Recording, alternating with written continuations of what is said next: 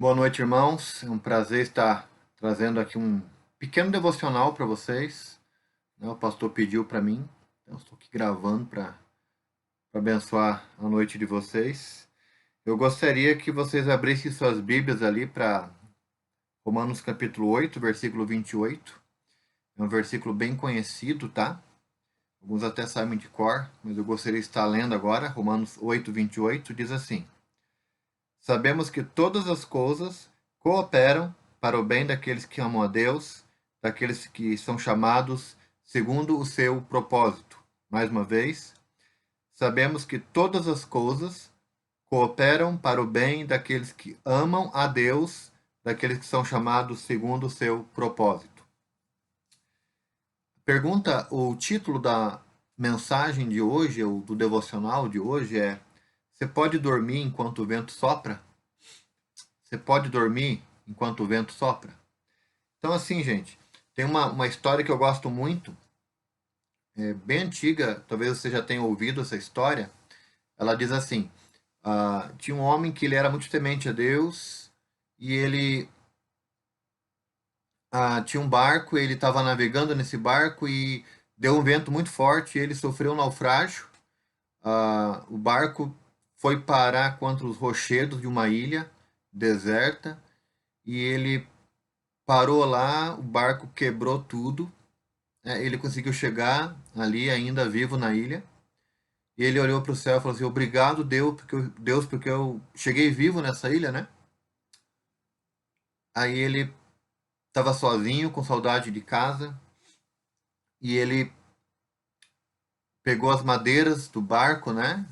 Não tinha sobrado nenhum mantimento, tinha sido tudo afundado, né? Sobraram algumas madeiras. Ele fez uma pequena cabana, uma moradia. Ele foi caçar. Eu sei que ele passou vários dias ali. E ele falava: Obrigado, Deus, porque o Senhor tem cuidado de mim. Eu perdi tudo, estou com saudade da minha família, mas o Senhor ainda está cuidando de mim. Eu gostaria muito de voltar para minha terra, só que aqui não passa navio nenhum. E de fato, ali era um lugar que não passava navio nenhum. Ele estava condenado a ficar ali o resto da sua vida. E certo dia ele saiu ver se ele conseguia pegar alguma coisa, frutas, alguma coisa assim. Ele viu uma fumaça ao longe e ele correu. E quando ele chegou, era a cabana dele que tinha pego fogo. Queimou tudo.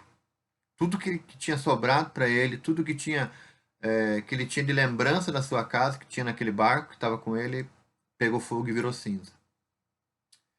E aquele homem falou: Deus, eu tenho agradecido ao Senhor, e mesmo assim as coisas não ficaram como eu gostaria. Eu estou sendo grato ao Senhor por tudo, a situação está difícil, mas o Senhor não fez nada por mim. E ele chorou, começou a chorar de desânimo, e aí pegou no sono. E quando ele escutou uns passos, ele pensou que estava tendo um pesadelo. Alguém encostou no ombro dele e ele escutou uma voz. E falou: Amigo, que ideia boa você teve de botar fogo nesse monte de madeira. Nunca que ninguém veria você nessa ilha, porque essa é uma ilha que ninguém quer visitar. E a gente viu a fumaça dessa fogueira que você fez, e a gente veio resgatar você. Parabéns pela sua ideia. Às vezes acontecem coisas que a gente não entende no momento, mas é para o nosso bem. Da mesma forma que Deus permitiu que pegasse fogo naquela cabana daquele homem, naquela barraca que ele tinha feito, e aquilo redundou em bem para aquele náufrago, às vezes Deus permite coisas na nossa vida também que é para o nosso bem. E a gente não entende. Ah, e esse texto fala muito sobre isso, né? Que todas as coisas cooperam para o nosso bem. Como cooperaram para aquele marinheiro, cooperam para o nosso bem também. Ah, agora, será que ele se aplica para cada pessoa? É isso que a gente vai estar tentando ver hoje, né? Primeira, o que eu gostaria de ver para quem todas as coisas cooperam. É a tese, tá? Desse versículo. E eu vou tentar responder de duas formas. Primeiramente, todas as coisas cooperam para os que amam a Deus. Não é para todo mundo. É para quem ama a Deus. Primeiramente, gente, o que é amar a Deus? Será que amar a Deus é ter um sentimento bom e bonito sobre Deus? Olha o que fala Mateus 22, 36 a 38. Mateus 22, 36 a 38 diz assim: Mestre, qual é o grande mandamento na lei? Respondeu-lhe Jesus: Amarás o Senhor teu Deus de todo o teu coração, de toda a tua alma e de todo o teu entendimento. Este é o grande e o primeiro mandamento. Amar a Deus é uma ordem, não é uma opção que nós crentes temos, é uma ordem. O amor a Deus, ele não é demonstrado com palavras. O amor a Deus é demonstrado com atitudes. Lá em João, capítulo 14, versículo 15, Jesus disse aos seus discípulos: Se vocês me amam, vão guardar os meus mandamentos. Então, o amor a Deus que nós temos por Ele é demonstrado na tentativa, dia após dia, de obedecer aquilo que Ele tem nos mandado. Então, o amor a Deus não é um sentimento. Não tem como amar a Deus do nosso jeito. Tem como amar a Deus do jeito da palavra dele, mas não do nosso jeito. Não sei se vocês lembram do famoso jogador Romário, né? Romário é o jogador da seleção brasileira que fez vários gols pela seleção. Ele, na Copa de 94, né? Ele foi o cara que levou a seleção brasileira nas costas, né? E uma coisa interessante que ele dizia sempre, ele sempre tinha namoradas, esposas, né? Ele tinha uma vida assim bem... não era uma vida agradável a Deus, não, né? Moralmente. Se ele fosse tão bom na vida moral como ele era no campo de futebol, ele seria um grande homem de Deus, mas não era. Ele dizia assim que ele amava a esposa dele do jeito dele. O que ele queria dizer com isso é que ele podia fazer o que ele queria. Ele amava do jeito dele. Mas não é assim que a coisa funciona com Deus. Não tem como a gente amar a Deus do nosso jeito. Não tem como isso acontecer. Eu queria ler o livro, no livro de Tiago, capítulo 2, versículo 10, diz assim: Pois qualquer que guarda toda a lei, mas tropeça em um só ponto, se torna culpado de todos. Aqui está dizendo, gente,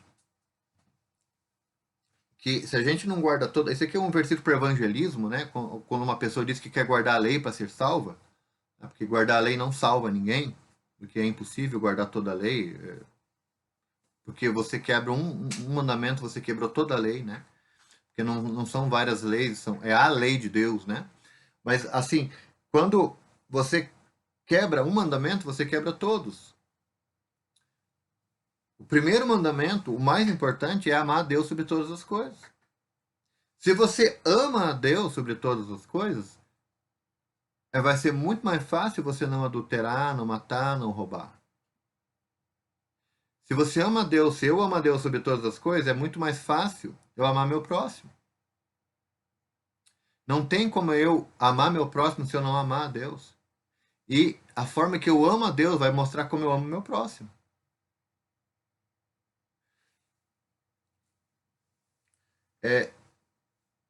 Amar a Deus é obedecer a Deus. Entende? Por isso que o primeiro mandamento é esse.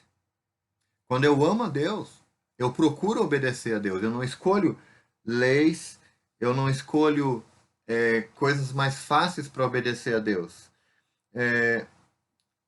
Por exemplo, tem pessoas que têm facilidade de ir para a igreja. Mas tem pessoas que têm dificuldade, que têm facilidade de ir para a igreja, mas têm dificuldade em dar o dízimo. Tem pessoas que têm muita facilidade em dar dinheiro na igreja, mas tem muita dificuldade de ir para a igreja. Tem pessoas que não tem problema nenhum de ajudar na igreja, mas tem dificuldade em usar roupa decente que agrada a Deus. Tem pessoas que não tem dificuldade nenhuma de ir para a igreja, mas tem dificuldade tremenda, tremenda com amizades fora da igreja, onde você deveria ganhar pessoas para Cristo, mas as pessoas estão influenciando você. Estão me influenciando. Tem pessoas que não têm problema nenhum de cantar no coral, mas tem toda a dificuldade de ler a palavra de Deus. Amar a Deus não é que você escolhe, isso eu quero entregar para Deus, eu não quero entregar para Deus. Amar a Deus é tentar levar a Deus a sério em todas e qualquer circunstância. Significa que a gente vai ser perfeito, que nunca a gente vai falhar? Não, não significa que a gente nunca vai falhar. Significa que a gente não vai viver no erro. Isso vai incomodar a gente vai tentar melhorar a cada dia. Por exemplo, se eu reconheço que eu pequei porque eu não quis ir à igreja, por exemplo, eu vou falar, não, eu não sou perfeito, gente. Não, eu vou pedir perdão para Deus e no próximo culto eu vou. Prático, simples. Então, gente, amar a Deus é obedecer o que Deus manda a gente fazer. O amor é demonstrado com atitudes, não com palavras. Às vezes a gente está lá na igreja cantando, né? Eu te amo, ó Deus, e te adorarei. É uma letra muito bonita, mas será que a gente ama a Deus mesmo? Será que eu tenho buscado, Senhor, nisso que eu vou fazer agora, eu estou te amando, estou te obedecendo? Neste programa de televisão que eu vou assistir agora, eu estou te obedecendo? Nessa conversa que eu vou ter com tal pessoa, eu estou amando ao Senhor? Nesse relacionamento que eu estou tendo, eu estou amando a Ti? Gente, não adianta depois falar assim, oh, mas a Bíblia fala que todas as coisas cooperam para o bem dos que amam a Deus. Eu não amo a Deus. Essa é uma promessa para quem ama a Deus. E quando a gente peca, por a gente amar a Deus, a gente vai ficar tão quebrantado que a gente vai querer mudar de vida. Não vai esconder o nosso pecado, né? Mas então, todas as coisas cooperam para os que amam a Deus. Então, a nossa pergunta é: para quem todas as coisas cooperam? Para quem todas as coisas são direcionadas para facilitar a vida? Para os que amam a Deus. A segunda coisa para que as coisas cooperam são para os que são salvos. Eu coloquei dessa forma, gente, porque não tem como você amar Deus sem ser salvo, tá bom? Então, o primeiro ponto ali é para você que ama a Deus, que já é salvo. Porque você pode ser salvo e não amar a Deus. Porque o amor é a atitude que você tem. Mas para você amar a Deus, você precisa ser salvo primeiro. Porque você não vai conseguir amar a Deus se o Espírito Santo não habitar dentro de você. O Espírito Santo só vai habitar dentro de você se você amar a Deus. Qual que é o propósito principal de Deus para o homem? Obviamente, Deus criou o homem para o homem glorificar a ele, né? Glorificar a Deus. Mas é impossível o homem glorificar a Deus se o homem não for salvo, né?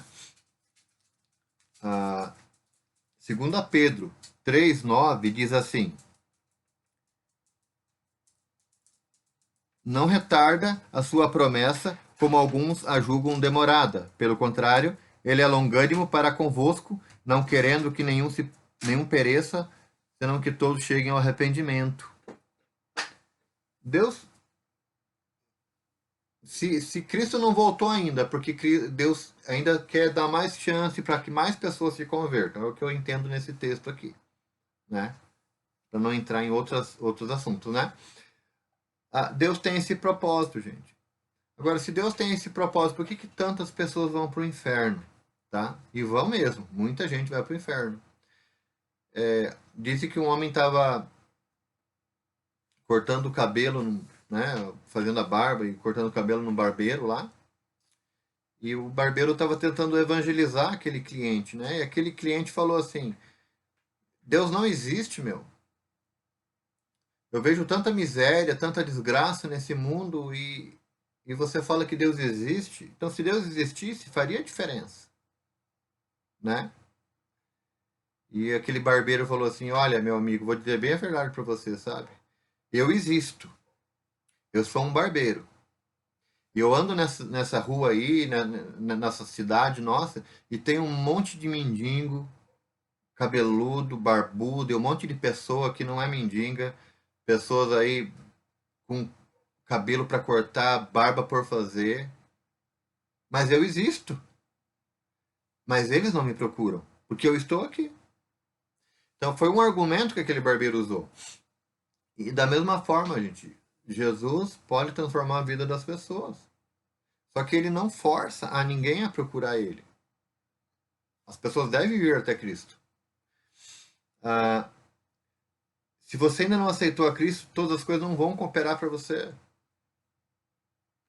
Se você quer uma mudança de vida, você quer que a sua vida vá para frente, gente, eu não estou falando de bênção financeira, eu não estou falando de prosperidade, que a maior prosperidade que a Bíblia ensina é a prosperidade espiritual, tá? Não estou falando de cura, não. Ah, não existe, Deus pode curar uma pessoa, mas não tem nada a ver com cura física, é com cura espiritual que você deve estar preocupado. Porque doenças e esses problemas são consequência do pecado, a morte é uma consequência do pecado na vida do ser humano, então isso vai acontecer sempre. Mas o problema maior é o seu coração.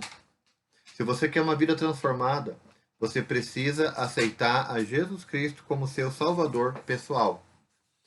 Você precisa criar, fundamentar a sua vida em Jesus Cristo.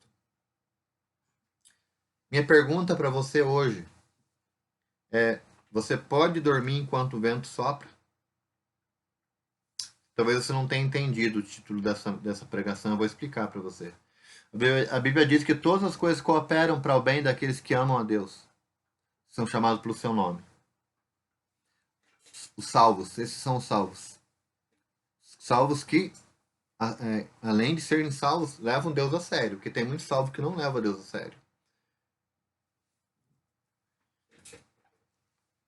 Um homem tinha uma fazenda. Ele contratou um ajudante para a fazenda, que era muito trabalho para fazer. E uma madrugada, aquele dono da fazenda acordou com os ventos. E ele lembrou que tinha animais no pasto. Ele devia guardar dentro da cocheira.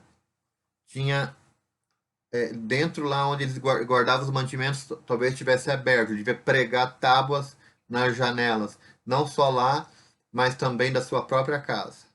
E ele correu embaixo onde era o quarto do funcionário e ele falou assim para o seu funcionário, falou assim: escuta, cara, acorda, você não está escutando o vento?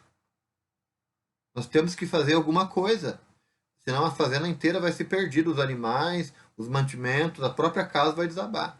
Aquele homem nem olhou para o seu patrão e falou assim: eu posso dormir enquanto o vento sopra.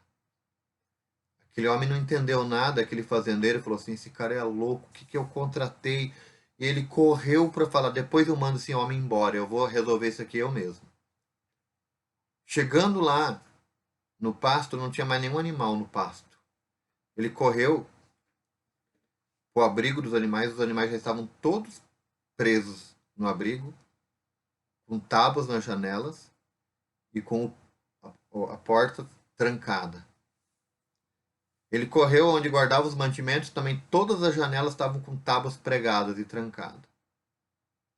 E na própria casa, ele não tinha percebido, mas as janelas tinham todas sido pregadas com tábuas. Aí ele pôde entender o que aquele funcionário dizia. Ele pôde entender porque ele estava tão tranquilo naquela cama, porque ele tinha feito a parte dele. Você está preparado para o futuro? Todas as coisas vão cooperar para a sua vida se você amar a Deus, se você é salvo e amar a Deus, colocar Deus em primeiro lugar na tua vida. E todas as coisas vão cooperar para a tua vida se você for salvo, se você aceitar a Cristo como Salvador. Aí sim você pode dormir enquanto o vento sopra. Que Deus possa estar abençoando a sua palavra, que nós possamos estar aprendendo e praticando o que Deus tem nos ensinado essa noite. Deus abençoe vocês.